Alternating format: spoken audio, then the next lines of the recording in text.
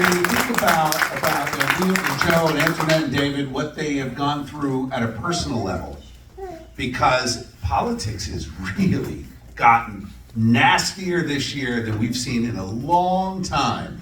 Round of applause for Bob Benjavenga, who's doing a great job as county chairman. Bob is one of the county chairmen that he is not afraid of the hard work to dig in and focus on Democrat areas and say, you know what, there's no reason why all of these towns can't turn Republican, because it's not about R or D. We've got the right ideas. This is about the ideas. It's about the message. So I was saying this earlier. I spoke in Bergen County this morning, and their candidates are going through the same thing, school board and mayor and council, and it's this personal vitriol that is out there.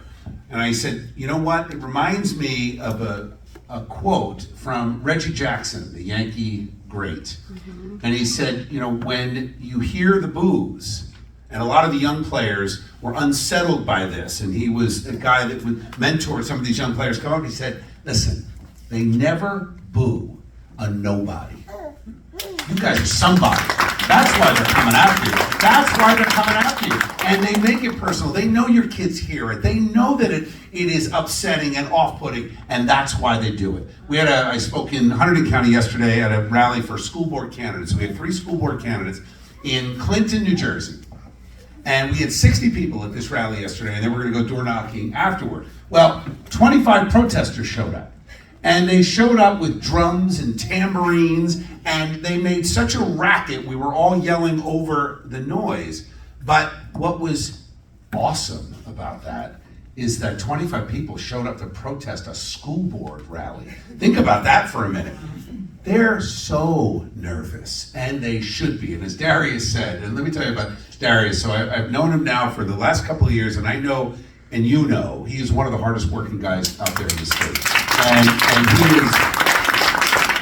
he is part of this red wave tsunami, and what he and I have talked about, and we've had this conversation repeatedly, that he gets it, that it is about a bottom-up push. It is about overperforming at the local level, which is going to carry Darius into Congress as a part of this new Republican majority that is coming on Tuesday. And it's a huge, huge deal. Now, I'm not going to repeat some of the things he said. You know it. You know about the immigration problem. We know about the fact that we are now energy dependent on terror harboring countries.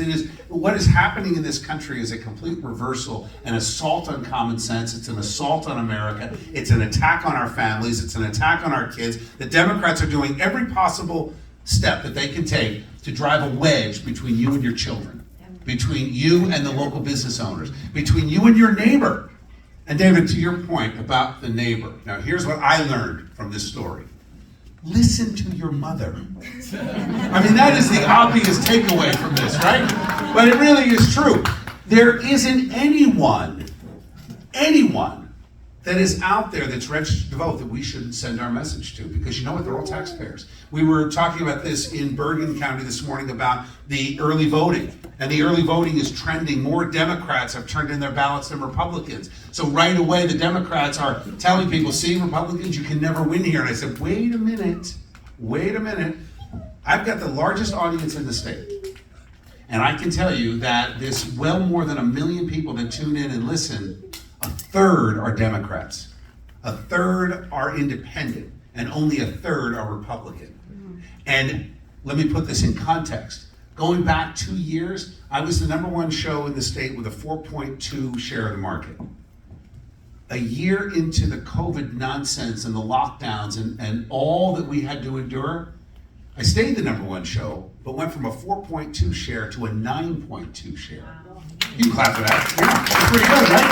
Now, I don't say that because it's a great show. I tell you that because with 2/3 of the audience not being Republican and the market share that strong, what's it about? It's about common sense. It's about truth. It's about our ideas that stand up for kids and moms and teachers. Let me tell you, the teachers want no part of teaching this nonsense curriculum. It's child abuse. They know that it's corrupt and they don't want any part of it. Our nurses, our cops, our firefighters, so many people being underserved by government officials while they spend the money lining their pockets and promoting their friends and their special interests. Meanwhile, restaurant owners are struggling to find employees, struggling to keep up with the price of meat and lettuce and eggs. Good grief, the price of eggs has more than doubled the price of eggs. Now I see it with steak, and then people say, well, all right, it's cheaper to eat eggs. Not anymore. Not anymore, you gotta get that protein.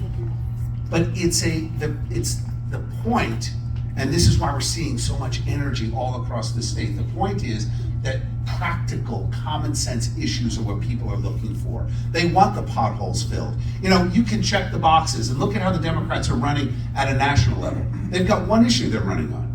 You know what the issue is?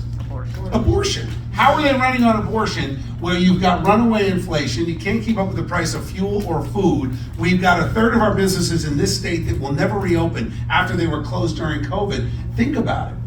They're running away from the reality that has been created by the Democrats. They have to. What are you going to run on? Prices aren't too bad. You heard the president the other night. I don't know if you heard him say, it's going to take some time, but be patient while we count the votes.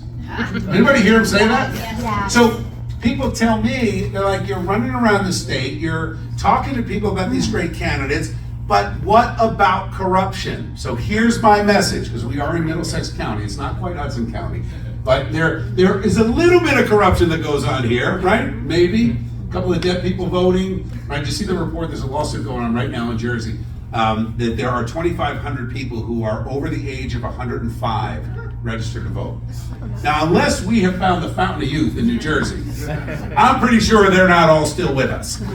God bless the ones that are. But the bottom line is very simple. You have to outvote the fraud.